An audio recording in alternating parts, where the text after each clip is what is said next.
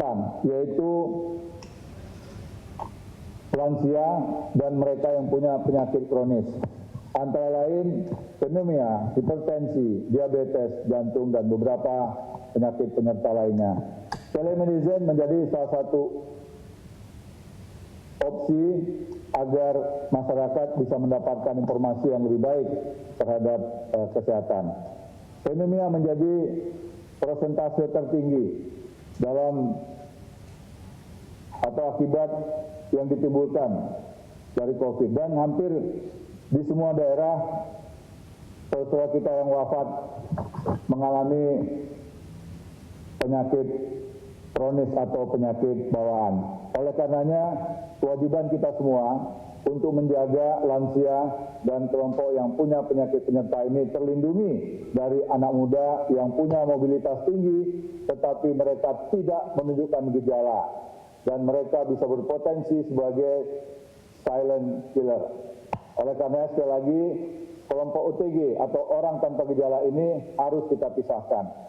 Adapun persentase perbandingan antara wanita dan pria yang menjadi korban COVID-19, laki-laki mencapai 59,47%, sedangkan perempuan adalah 41,03%.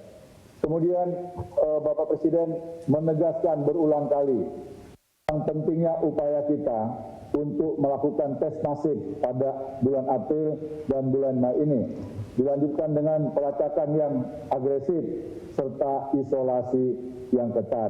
Bapak Presiden meminta kita semua untuk bisa bekerja lebih keras lagi dan juga mengajak masyarakat agar lebih patuh, lebih disiplin, dan juga aparat supaya bisa lebih tegas agar pada bulan Juni yang akan datang kita mampu menurunkan kasus COVID di Indonesia, sehingga pada bulan Juli diharapkan kita sudah bisa mulai mengawali hidup normal kembali. Kemudian juga himbauan-himbauan harus senantiasa disampaikan dengan bahasa yang mudah dimengerti oleh masyarakat, bahkan juga perlu menggunakan bahasa daerah. Tidak mudik, laksanakan protokol kesehatan, cuci tangan, gunakan masker, jaga jarak. Nah, ketika jaga jarak ini pun diharapkan satu sama lainnya harus bisa meningkatkan kesadaran kolektif. Apabila ada seseorang yang mendekatkan diri kepada kita, maka kita pun harus berusaha untuk menghindari orang-orang tersebut. Termasuk juga bagaimana keberanian mengingatkan satu sama lainnya agar tidak ada kerumunan pada tempat-tempat tertentu. Kemudian Bapak Presiden juga telah berulang kali memerintahkan tentang pentingnya integrasi data. Pagi ini telah dilaksanakan pertemuan terintegrasi antara Kementerian Kominfo dengan Kementerian Dalam Negeri, dengan Kementerian Kesehatan, kemudian juga dengan Badan Sandi dan Cyber Negara, serta dibantu oleh Komisi Informasi Publik. Dan diharapkan langkah-langkah untuk sesegera mungkin mengintegrasikan data akan segera terwujud. Kemudian juga Bapak Menteri Kesehatan telah menugaskan juru bicara pusat untuk menyampaikan data sebagaimana adanya. Kemudian juga kami mengajak kepada seluruh daerah untuk membangun posko terintegrasi yang mana terdiri dari unsur Dinas Kesehatan, BPBD, TNI, Polri, Kominfo, dan BIN di daerah. Manakala posko ini bisa menjadi satu, maka seluruh perkembangan yang terjadi di lapangan akan bisa diketahui dan Kepala Gugus Tugas Provinsi bisa mengambil langkah-langkah yang cepat dan tepat. Kemudian kami laporkan juga sesuai dengan penjelasan dari Bapak Menristek dan juga Badan Riset dan Inovasi Nasional. Pertama tentang ventilator.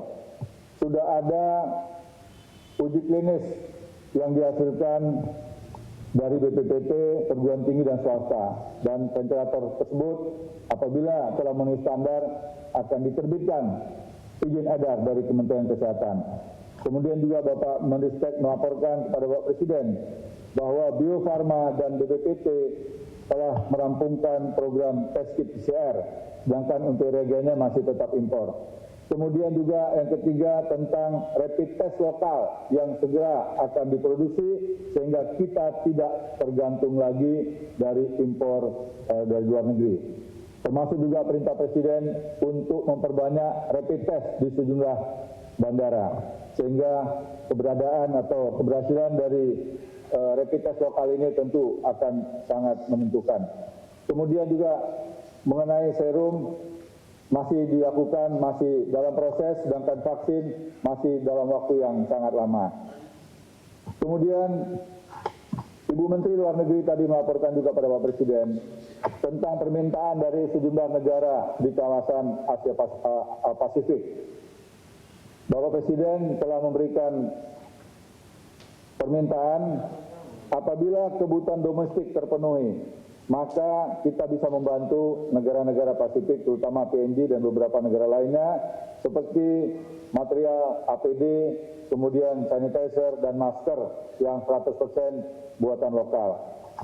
Kemudian untuk selanjutnya kami jelaskan juga, khusus DKI, perkembangan yang terakhir, kasus positif telah mengalami perlambatan yang sangat pesat. Dan saat ini sudah mengalami flat dan kita berdoa semoga tidak terlalu banyak lagi kasus positif yang terjadi.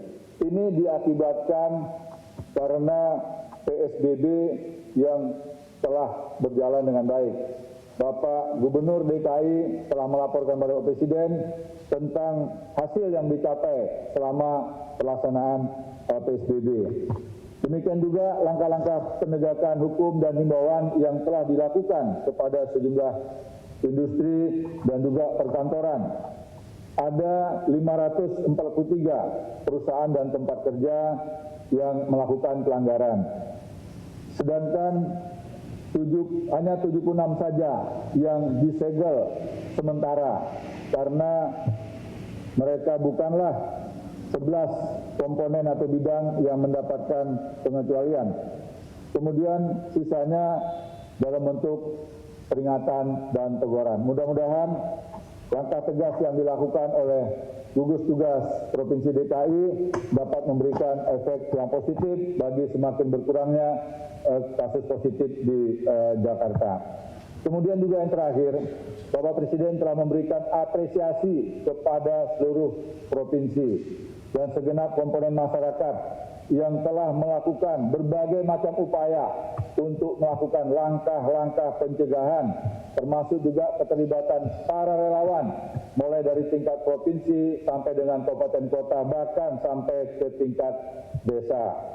Kemudian juga sejumlah daerah yang telah menyiapkan kegiatan-kegiatan seperti pelayanan kepada para dokter, para perawat dengan hotel-hotel yang ada di daerah yang juga telah memberikan jaminan moral bagi para tenaga kesehatan, termasuk juga pemuda-pemuda atau orang tanpa gejala yang dianggap positif COVID tetapi belum melalui proses untuk rapid test maupun juga reagen PCR test.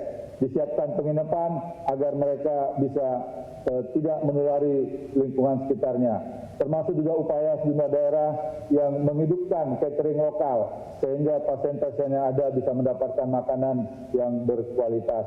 Termasuk juga sejumlah daerah yang telah menyiapkan tempat-tempat pemakaman khusus bagi korban COVID-19 ini. Dan terakhir, gugus tugas mengajak seluruh daerah untuk bisa menjaga stamina sosial, untuk selalu bergotong royong, dan untuk selalu bekerja sama dan meningkatkan persatuan dan kepatuhan dalam rangka menghadapi COVID-19. Demikian, terima kasih. Wabillahi taufiq wal hidayah. Wassalamualaikum warahmatullahi wabarakatuh.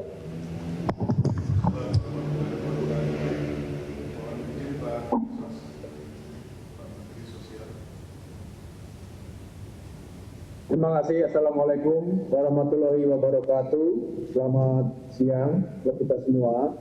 Yang pertama-tama saya ingin mengupdate sesuai arahan Bapak Presiden mengenai program-program bansos yang sudah kami luncurkan dari pemerintah pusat, khususnya yang dikelola oleh Kementerian Sosial. Tentunya kami bagi dua, antara lain bansos yang reguler seperti PKH dan program kartu sembako sudah berjalan sangat lancar, dengan perluasan menjadi 10 juta keluarga untuk PKH dan 20 juta keluarga untuk program kartu sembako. Itu sudah ongoing dengan daerah masing-masing.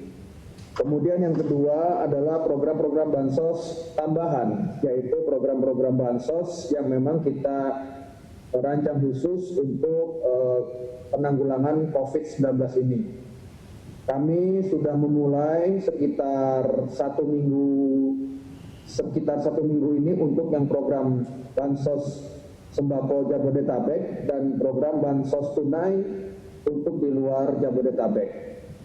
Pelaksanaannya yang bansos tunai sudah berjalan walaupun masih belum banyak daerah yang kita lakukan karena menyangkut data-data yang kami harus hati-hati, karena apabila kami nanti mengirimkan uang salah, tentunya nanti terjadi permasalahan di lapangan yang tidak kami inginkan maupun yang Pemda juga tidak inginkan.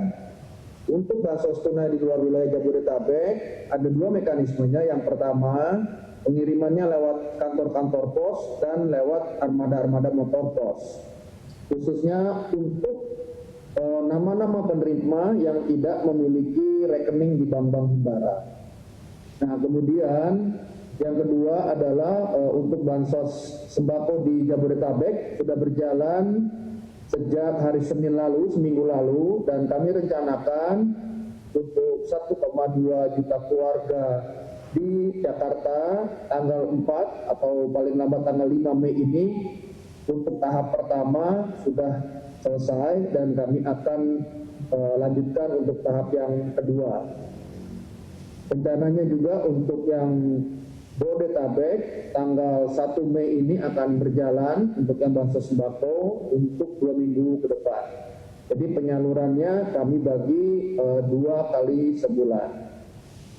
Ibu Bapak sekalian, kami menanggapi beragam tanggapan, komentar, kritikan ataupun juga masukan dari daerah terkait mekanisme yang dianggap sulit ataupun tata cara yang dianggap berbelit, prosedur yang ribet. Kami ingin menyampaikan, yang pertama, sebelum kami meluncurkan program-program bansos yang sifatnya nasional tersebut, kami sudah melakukan video conference yang tidak sekali dengan seluruh kabupaten, kota, dan provinsi. Kemudian kami tindak lanjuti dengan surat-surat mengenai bagaimana mekanismenya. Kemudian kami juga ingin tegaskan sekali lagi bahwa data penerima bansos itu juga kami memberikan keleluasaan untuk seluruh Pemda.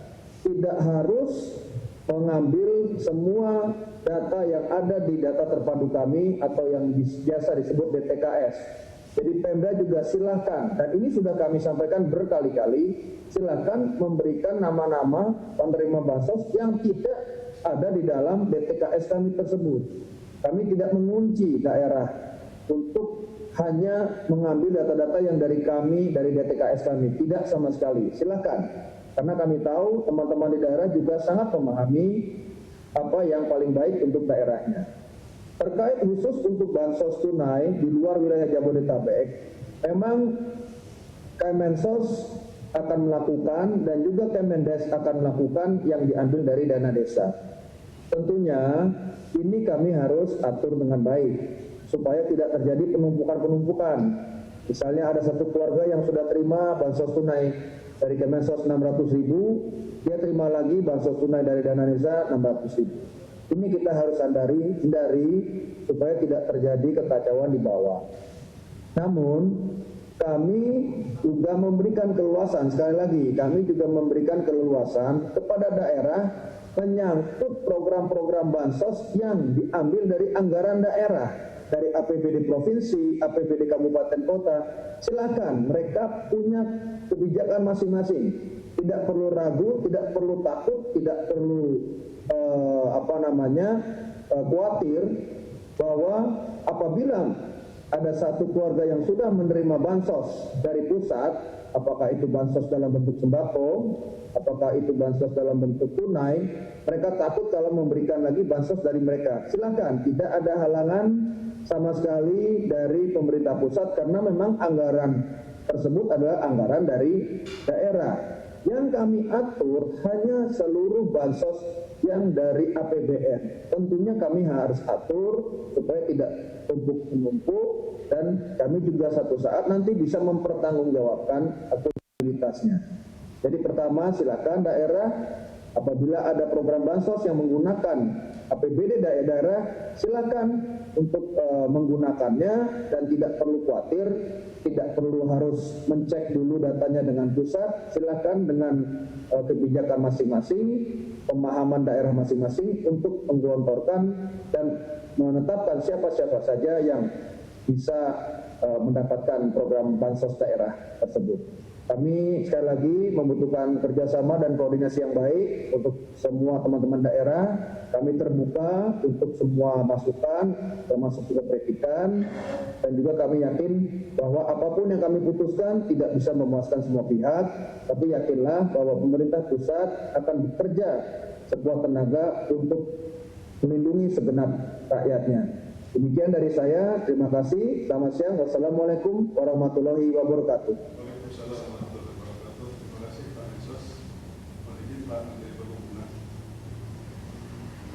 Terima kasih Bapak-Bapak, para sahabat.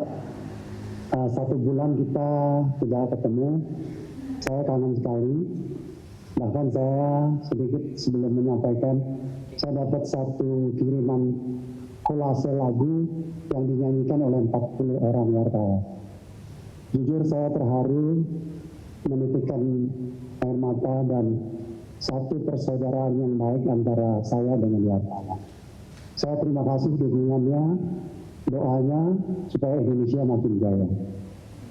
Sahabat-sahabat yang saya cintai dan saya banggakan, Presiden memang membuat satu langkah yang menurut hemat saya tepat dan tepat sekali, yaitu dalam penanganan COVID. Nah, oleh karenanya dilakukanlah beberapa kali ratas. Saya tidak ikut, tetapi saya minta bahan dan ikut membahas Permenhub. Untuk sahabat-sahabat ketahui bahwa turun merem dari Presiden itu adalah risalah rapat. Dinyatakan Kemenhub diperintahkan untuk mengatur tindak lanjut dari penanganan COVID dan larangan mudik. Oleh karenanya kami support dan tegak lurus membuat 2 Kemenhub, yaitu 18 tahun 2020 dan 25 tahun 2020. Nah, oleh karenanya semua ini dikoordinasikan oleh Pak Menko, karena Pak Menko adalah al-entry. Saya sudah 1 minggu ini mensupport Pak Menko dan semuanya. Rekan-rekan sekalian, untuk menjadikan ini menjadi lebih terkoordinasi dan memberikan suatu katakan koordinasi yang baik, Pak Menko mengambil inisiatif mengumpulkan ya semua Kadisub, semua para stakeholder dikumpulkan. Saya diberi kesempatan untuk bicara.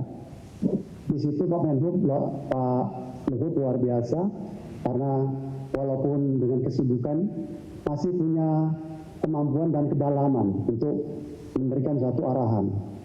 Bisa dikatakan Permenhub yang dibuat Pak Luhut itu relatif tidak ada cacat, ya, relatif tidak ada cacat. Hanya saat tidak ada komplain, ya, tidak ada komplain atas itu. Nah, oleh karenanya setelah Pak Menko Maritim melakukan koordinasi, saya tindak lanjuti dengan koordinasi internal, rapat dengan para sektor. Saya berkoordinasi dengan Menko Maritim, Mensesnek, Mensestab, Panglima TNI, Menteri PUPR, Menlu dan Kepolisian. Dari situ saya mendapat input-input, katakan dari Pak Mensesnek, Mensestab, bagaimana kondisi secara umum.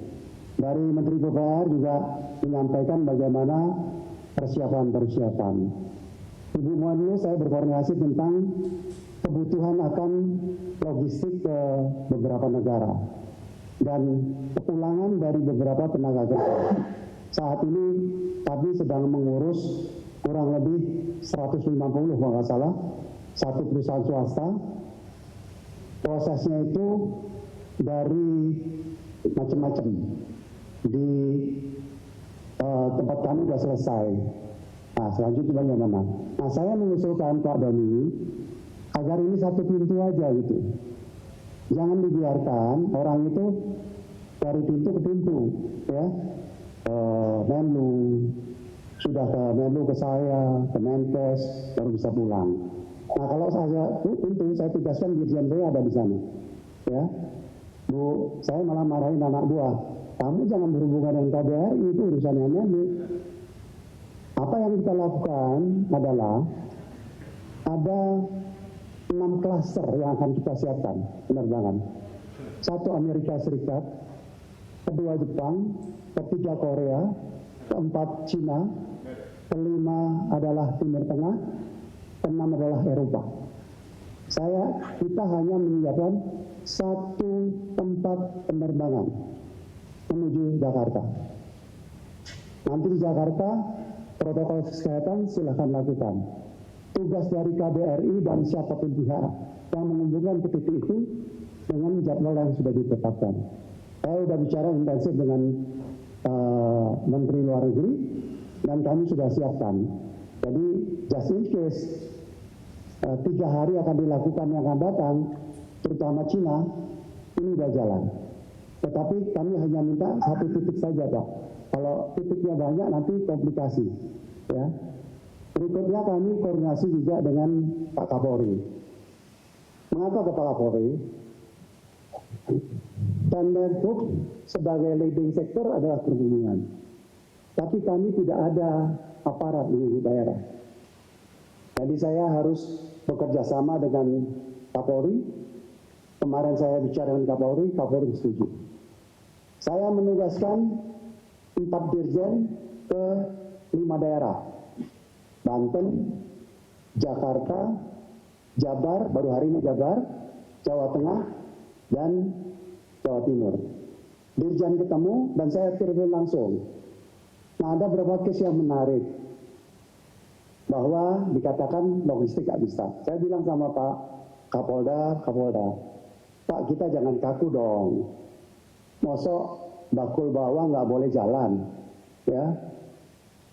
Tukang mau ngangkut itu nggak boleh, dikasih dong. Dengan protokol silahkan diatur, tapi jangan dibuat kaku. Nah, sekarang ini informasinya dibuat kaku, nggak boleh. Kami sudah menyatakan bahwa ada diskresi yang kita berikan dan memang ada ruang diskresi dalam pasal-pasal dalam Permenhub itu. Nah, oleh karenanya Pak Doni jangan khawatir, kami tidak melakukan satu penghambatan, hanya Jakarta memang kami agak ketat. Berikutnya akan saya sampaikan bahwanya tidak ada deviasi sedikit pun atas perintah Presiden, khususnya berkaitan dengan pengangkutan logistik. Buktinya apa?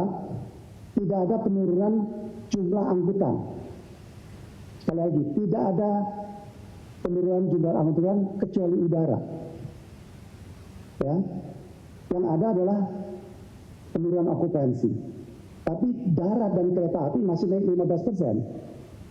Jadi kami laporkan di sini kepada teman-teman, darat dan kereta api naik 15%. Laut kapasitasnya sama, turun 20%. Udara kapasitasnya sama, turunnya agak banyak lah. Tanya sendiri, saya nggak pegang ngomongnya.